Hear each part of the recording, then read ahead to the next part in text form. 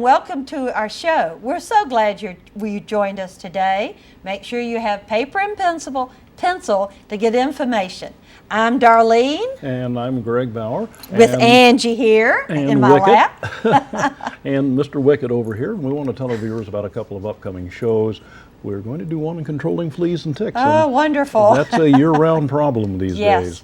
And we want to do one on the equestrian games with horse quilts. So we'll be going down to the Quilt Museum for the opportunity to take a look at some of those quilts. So, Ooh, sounds great. But Darlene, what's on tap for today? Well, Greg, we're going into part 2 of creating and maintaining a backyard habitat.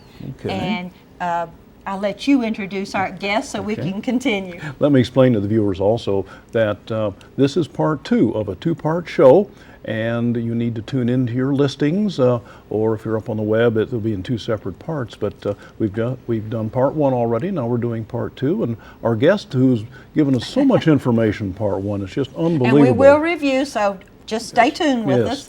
Is Eileen Dubinnes-Gray, and who is a master gardener and very knowledgeable about backyard habitats. In fact, she has her own, and so you know that she can speak with authority on this. So welcome, Eileen. Thank you for coming today. We're so glad to have you.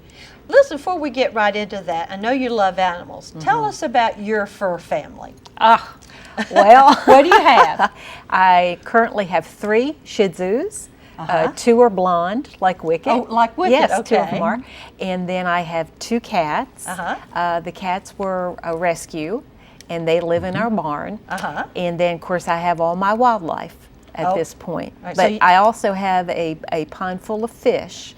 Oh. They don't have fur, but they have scales. Okay, absolutely. And the other day I saw a snake right there at the pond. So. You do have quite an animal family, an extended family. And what kind of snake was it? You know, I'm not sure. It wasn't a coppermouth, so I was okay with it. I know that one. Okay. If it's a good black snake or a chicken snake, you've got to have those around to Let's- take care of undesirable rodents. So. That's true. That is very true. Well, Eileen, tell us, what do you mean by backyard habitat? A backyard habitat, like I said before, is really a misnomer because it doesn't have to be in your backyard. It could be in your front yard, it can be on a balcony. It could be any size that you're able to have or as small as you have to have. Like if you're in an apartment, it'll be on the balcony. But basically what you're trying to do is naturalize the backyard. In other words, bring it back to what it was before the structure was put there. So you want to put native plants for food, you want to have water, and I think we talked about that in an earlier session, for the animals. And you want to have cover. So what you're doing is basically you're making your interior world that you live in, you're making an exterior world for the native wildlife. Okay. And if I know there are 5 features or 5 main points. What are those? Let's review those. Perhaps we get a slide up of that. Real quickly for that. Very quickly. Just like we need food and water. That's your first water, 2. okay. Food and water. And then cover from predators, from severe weather, etc. And then shelter, places to have courtship, mate, and raise young. And then you want to sustain that environment. You want a sustainable garden. So those are the 5 features. Okay. And with the picture that's up, it's a wildlife scene. Tell us what features we have in this picture. In that one, of course, you had the multiple layers that you would find in any ecosystem, the ground cover, the shrub layer, the understory trees, and the canopy trees. And you had, of course, food is available there, cover, and the water feature. The water is available. So all of those, and it's very sustainable because I use mulch and these other things that we'll talk about later in the show here, but they're all there in that little garden. Okay. And so what we want to do is to make sure that, quote, whatever little habitat surrounds us has as much of these features as possible. Exactly. The National Wildlife Federation can certify your backyard if you choose to do that. And what you do is, and we'll talk about that in this show and the last one, how many features you needed of each of these 5 elements. Okay. Now, the more you have, the more wildlife, the more diverse it's going to be. And the less you have, the less diverse, but that doesn't mean you can't have a backyard habitat. But if you want to get it certified, you can get this nice little certification and join thousands of others throughout the country in certifying it. But basically, you want to provide a good home for the native animals. And you just want to restore the land and help the animals, because we have encroached so much onto Yes. their territory. Yes, So, we tend to go in and clear everything out when With we cement. build. Yes, Yes. exactly. Right. and in helping them and helping the ecosystem, we're basically helping ourselves. Oh, absolutely. So, I think that's a very, very important point, and one that our viewers really should take to heart, because you can do an awful lot to preserve all the wonderful things of nature that we have. yes. And we've just gotten started really in good shape, and a good summary there, Eileen, of what Yes. we've done so far in part 1. And we want to take a short break now and listen to a happy tale. And this is about with one of our resident mascots, Mr. Wicket. Mr. Wicket here. It gives you a little bit of history about Wicket, and I think you'll enjoy it, so give a listen. Hi, my name is Wicket, and I'm an 8-year-old male Caesar. My life has had plenty of ups and downs. First couple that adopted me soon divorced thereafterward. The next family that adopted me also divorced. For a while, I didn't know what was going to happen. Darlene and Greg came into my life in 2003. When they brought me home, I was surprised to see that they had 9 cats. Now there are 10, and we all live together happily. Well, most of the time. I can't stand it if the cats are fighting. I always show my displeasure by barking, even in the middle of the night. If someone comes to the front door and rings the bell, I immediately check to see who it is. I don't want anything to happen to my feline friends or to Darlene and Greg. I love my home, and I'm so happy that I came to live with Darlene and Greg. Well, now you have a little bit of an idea about Mr. Wicket here. And he's had a wonderful history, and he really enjoys life with the 10 cats that we have also. You'd have to say that. And I've never known anyone to love squeaky toys better than this wonderful dog here. And we want to tell our viewers, remind them, of course, that we're working with part 2 of the 2-part program about backyard habitats. And Eileen Dubinnes-Gray is our guest this afternoon. And we've talked about a number of things, and we did some and summary with those a little bit earlier. Let's look at cover now. What Right. kinds of cover do you want to have in your backyard habitat, Eileen? And why? And why? Well, animals need places to hide from predators, including humans, a lot Right. of times, and also protection from inclement weather. You know, Yes. the ice storm Oh, was the a ice- perfect, oh, yes, yes, yes, yes. yes, yes. But rain and cold and thunder and lightning and all that. Right. And they also need cover for to raise the young, for courtship and mating. And while the National Wildlife Federation really talks about them as being separate, some of the things that you use for cover from predators could also be used for courtship, mating, and raising Okay. young. You know, Right. so we're going to put them together, Okay, so those- for those two. All right. But very natural things would be a dead tree, a tree snag. If it's not close to your house, if Yes, it's not good close point. to your house, then you can leave it, because a lot of animals will use it for nesting. They will also use it for finding food, because a lot of insects like between you get the bark of the tree and the tree itself. A lot of insects there, and you'll see a lot of chickadees and woodpeckers doing that, and little mammals and birds will use it to nest and to raise their young. There's things as brush shelters. Now, I go back to me being a lazy gardener, okay? I love that term. And I I am. love that term. But what you can do is you can take some logs, and again, it depends on the size of your backyard. Right. But just for illustration purposes, they're about 4 to 6 inches in diameter, Okay. and about 10 feet long. You stack them on the bottom, and then you leave a little bit of space, like a rabbit body space, so rabbits can get through. And then you put smaller logs on top and you crisscross it. All right. And then you take these down limbs that we have with maybe conifers, okay, because they keep their needles, right? You put them over top, and we're building a little hiding place. And then you can put smaller limbs on top of that. And then if you want to attract hummingbirds and songbirds and butterflies, you can kind of take a vine and plant it around there and have the vine grow over top. Okay, so it looks nice for you, but within that little pile, that brush pile, you will have reptiles, and you'll have those snakes we talked about, and you'll have skunks, and you'll have, what are those? I forget what they are, but you'll have toads and frogs and just all kinds of things running around there.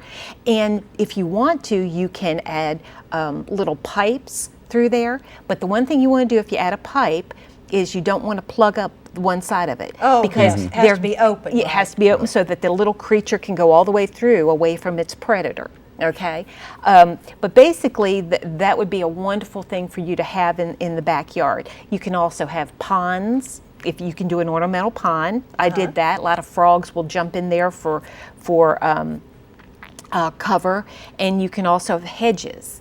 And hedges are great. I had one. We planted 450 privet shrubs all around our property, and the animals used it as a highway. They would start at one end and run all the way around, and they could get away from anybody. But there was a brown thrush that every summer would build a nest in the same spot, and I knew he was back, or she was back, because as I got up there to work in the yard, it would start yelling at me because it didn't want me to come close to it.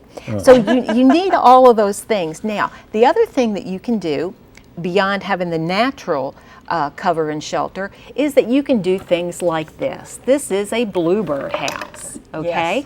And bluebird houses are very specific in size and the hole and everything else. So if you want a specific bird or a mammal even, look it up on the internet and see what they require, and don't then put a little stick here. Yes, exactly. Because that helps the predator. Exactly. I didn't realize that. Exactly. Yes. I mean, bluebird houses are very, very specific. Yes. And then you also have to set them up against prevailing winds and all of that. So if you're just trying to attract birds, then you can put up almost any kind, and you'll get what you get, type of thing. But if you want a specific one, look it up on the internet. But you can do this. You can do a little toad house. Now, I think this is adorable. Okay. This little toad house. I have toads all over the place, but I've never seen one in my house. But I use it as a garden ornament. But it still works. Now, plants. I brought this as an illustration. I have containers on my decks, my patio, and mostly everybody else do, but they're bigger and I didn't want to haul that. But this shows you, when I start working in my plants, I find little toads or frogs or whatever living in the soil here. So that's cover also. We don't normally think of that. That's true. Now, to help, and your little creatures will love this, this is cat hair. Oh my goodness, what can I do with cat hair? Well, you can just throw it in the yard as you brush them, because, and I know with 10 cats you have a lot of hair. Yes, or I do. you can put it in a little mesh bag and hang it in the tree, and the birds will pull this out and use it in their nest. And not to leave Wicket out, this is from my Shih Tzus. I have my 3 little Shih Tzus, and I have a lot of hair inside the house with them. And the same thing. Birds love this. Even little mammals, little field mice will take this. It's so pliable. It's and very and soft. Okay. It's soft. So and you don't have to go and buy something. And you don't have to buy anything. That's exactly If you have animals. That's true. And even your hair, if you're not kinky about that, you can use your hair from your hairbrush. That's right. That is exactly right. Now, to be certified, you would have to have 2 places for shelter and 2 places for courtship and raising young. However, they can be the same places. So again, it is not difficult to get certified backyard, but you don't have to do that. Just do what makes you happy so that you can enjoy the outside with the animals. And also what's pleasurable for you to look at in your backyard. Yes, by all means, yes. Yes, you know. Yes, because what you're doing is you're trying to take your living space and move it outdoors. And I love to watch birds. Birds are my favorite, really. I mean, I love all animals, but birds are my favorite. So when I can have a bird feeder or like little babies, little bluebirds coming out, that is the most pleasurable thing I can think of for me. But maybe somebody else wouldn't like that. Maybe they'd rather watch a snake, you know? So you do things that would bring snakes around. Yeah. So. Very interesting. I tell you, we're just finding out all kinds of Yes, neat ways good to information. put all this together. We want to now take another short break and do another happy tale today. And this one is about our other little mascot over here, Miss Angie. And I think you'll really love this little heartwarming story, and you'll know a lot more about her if you don't already. So give a listen. Meow. My name is Angie, and I'm a 2-year-old female cat. When I was about a year old, I was hit by a car. A nice lady who worked at a nursing home found me and took me to a vet. One of my back legs had to be amputated, and I lost sight in one eye with some damage to the other. The vet bills were very expensive. Thankfully, some residents at the nursing home took up a collection to pay them. The lady who found me nursed me back to health with lots of food and love. After I recovered, I was taken to a shelter in Mayfield. Darlene and Greg heard about me and came to see me. They instantly fell in love with me and took me home, where I joined 9 other cats and 1 dog, Wicket. It took some time for us to get used to each other, but now everything is perfect. I now have a happy forever home thanks to Darlene and Greg. Wicket and I have become mascots on this TV program. I guess that my message to viewers is that a handicapped animal is just as loving as any other. We all deserve a chance to be loved and to love in return. Welcome back to the show. We hope you enjoyed that little story about Angie, and a lot of interesting information about her, and she has a real, I think, good message in that little story, and she told me to be sure to put that in about handicapped or pets. So please listen to that. She's about to give out on us today. So This is Angie snuggling up here. She's been very good between part 1 and part 2, and she is a joy. Yes. So I've got a 2-year-old, so be it. So. Speaking of part 1 and part 2, we want to remind our viewers that we are in part 2 at this point of a 2-part show on backyard habitats. And our guest today, Eileen Dubinnes-Gray. We've covered an awful lot of material, and you want to be sure that you see the first part of this show and also part 1. So watch your listings for that in the paper and don't miss out. But Eileen, one of the topics that we want to get to now is, what do you mean by a sustainable garden? Okay, sustainable garden important? just means that it will continue on. Okay. And it's also eco-friendly. It's green. I mean, to draw a phrase. But basically, there are many things you can do. One is mulch. Okay. You use a natural mulch. And what that does, it puts nutrients back in the soil, so you're helping your soil out. It helps the plants. It also maintains moisture, so you're not using as much water. That's an easy one, right? Oh, right. The other thing you can do is use wildlife-friendly fertilizers if you're going to fertilize. And what I mean there is try to use things like fish emulsion, fish blood or fish meal, blood meal, kelp, anything that says organic, really that's the better ones to use rather than a chemical kind of fertilizer. You want to compost in your kitchen. I mean, that's the easiest, that we throw out food. Unfortunately, we throw out food. So make a compost area in the backyard and start throwing it in there. Throw your eggshells in there. That's calcium, okay? Another thing you can do with those real quickly, you mash them up, make them real small, put them in your bird feeders. Birds need calcium. So it's another thing for them. They can eat that. Also, if you have plants that need nitrogen, take coffee grounds and put it around the plant, or throw that in the compost. And again, compost is wonderful for your soil, and it's a natural fertilizer, okay? The other thing is watering. When you go to water your beds, your flower beds, try not to use those wonderful sprayers that go back and forth. Now, the birds love them, and they're very, very pretty. You got a lot of water going on, but there's a lot of evaporation going on at the same time. So therefore, because you're throwing it in the air. Throwing it in the air. If you're very specific, use drip irrigation, or the hoses, you know, the drip soaker hoses. Soaker hoses, Thank you. okay. That is much better because you're getting it directly where you want it, and use a timer. Don't put it on and just walk off. You'll have a flood and you'll waste a lot of water. And that all translates into money for you, as well as it's hurting the earth, you know, because we're using extra water. That we don't need to be. That we don't need to be. We're wasting, right? The other thing, and I may hit some people with this, are reduce your lawn area. The Americans are crazy about their lawns. We use between 50 and 70% of water, residential water, is used to water landscape. And there's 30 million acres of lawn area in this country. Wow. And that's a lot of green lawn. And unfortunately for habitat, there are very few animals that eat grass. So what you can do is put in native shrubs, native wildflowers, native trees, and decrease that amount. We also, the National Wildlife Federation said that we use 70 million pounds of active pesticides on those lawns, and that is the single largest source of water pollution in this country.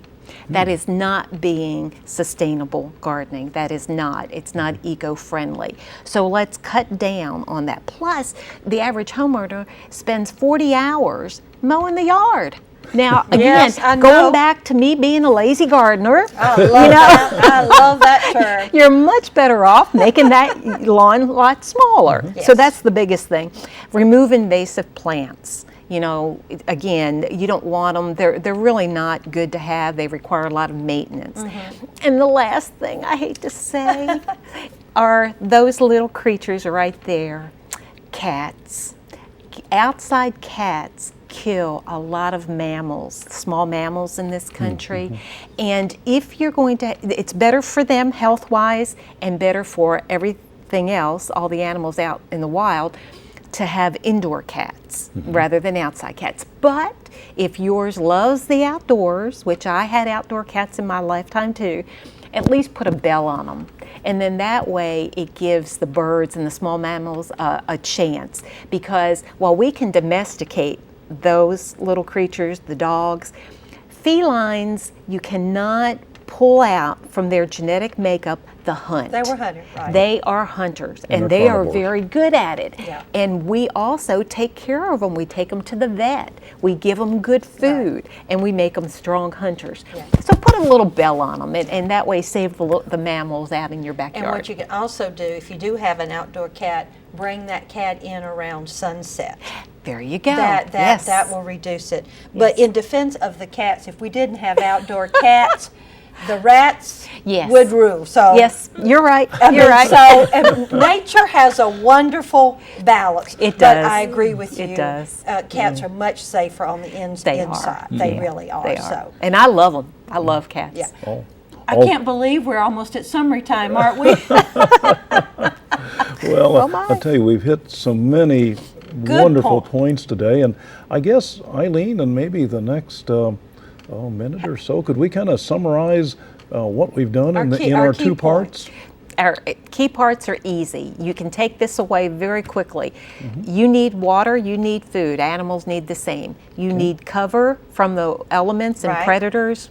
They do too. And you need a place to raise your children, and they do too. Absolutely. I mean, that's basically it. And you want your house to stay in order, so keep it up and maintain it, and you do the same thing with your garden. Put in a sustainable garden and make the whole ecosystem work in balance together. It makes it a better world for the animals, for the plants, and for us. Oh, wow. Eileen, I don't think you could have summed it up any better than that. Really, if we just think about all the needs that we have as humans, the animals have the same kind of needs. Exactly. And if you just think a little bit about what you've done to help your needs, think about what you can do to help their needs. And why don't we, Eileen, where could I go to get more information about what you have touched on? Well, we have the informational sources that we're going to show. We have the National Wildlife Federation, the address for them, and we have the Kentucky Native Plant Society, where you can see what kind of plants you want to put in your backyard. The WinStar Wildlife Institute is a place in Maryland, and I said that's dear to my heart because that's my home state. And then we also have the University of Kentucky Extension Office on Olivet Church Road. That's here in Paducah. It's here in Paducah, and you can call there about the Master Gardening Program or about any question you have, basically, on gardening and wildlife habitat. And that's where you really got started, was through through our local Master Gardening Program here in Paducah. So and look where you are now. Just look at all the information that you have shared with us today. I mean, such a wonderful ideas, Greg. I think we haven't probably emphasized enough just what good the master gardeners do. They do. And if you are interested in getting in touch with someone who's a master gardener, call the Extension Office, and they can put you in touch with people who are master gardeners and find out what you can do to become a master gardener. In fact, that's how we found Eileen, wasn't it? For this show on the backyard habitat for the animals. Yeah. And today we've just gotten so much information, Eileen, both in parts 1 and part 2. And just to remind our viewers that you've just finished part 2. We still have part 1 for you to look at if you haven't seen that yet. And our guest on both of these parts has been Eileen Dubinnes-Gray. The lazy gardener. Yeah, I love that term. I love that term. But a master gardener at the same time. And Eileen, you've just brought us so many wonderful ideas today and so many things for us to think about. And I think as we as human beings think about the earth and what we do to it, just consider the inhabitants of the earth as well as humans. That's exactly right. These little guys, these little critters, these little animals and birds and everything are just so much a part of our world, and we need to do what we can to foster their well-being just as well as we do ours. Yes. So we thank you so much for coming today. I really appreciate you letting me come, because one of the things I like to do is share information about plants and animals, because I love both and I want other people to enjoy them just as much. So thank you very much. Oh, you're welcome. Well, thank you so much for doing both of these shows for us. It's just been a great addition to our library of shows. And we want to remind our viewers that if you happen to miss it on Channel 2, you can find all of our shows. Probably the last 45 shows are all up on the web at www.paducah2.org/video clips/animals. And if you miss a show or want to see it again, that's the best way to do it. And of course, you can also see it on Channel 2, but that will only be at specific times. So I guess in closing, Darlene. Oh, I just can't believe how fast time goes. When you're having fun. That's it. Absolutely. I'm Darlene. I'm Greg, and we want to say goodbye to our viewers and our two little mascots, Angie Wicket and Angie here. And you heard about them in part 2 today. So in closing, we just want to remind our viewers what we tell you every time, and we can't say it enough. Give your pet a little extra love today and every day. And a backyard habitat, too. Absolutely. So see you next time. Bye.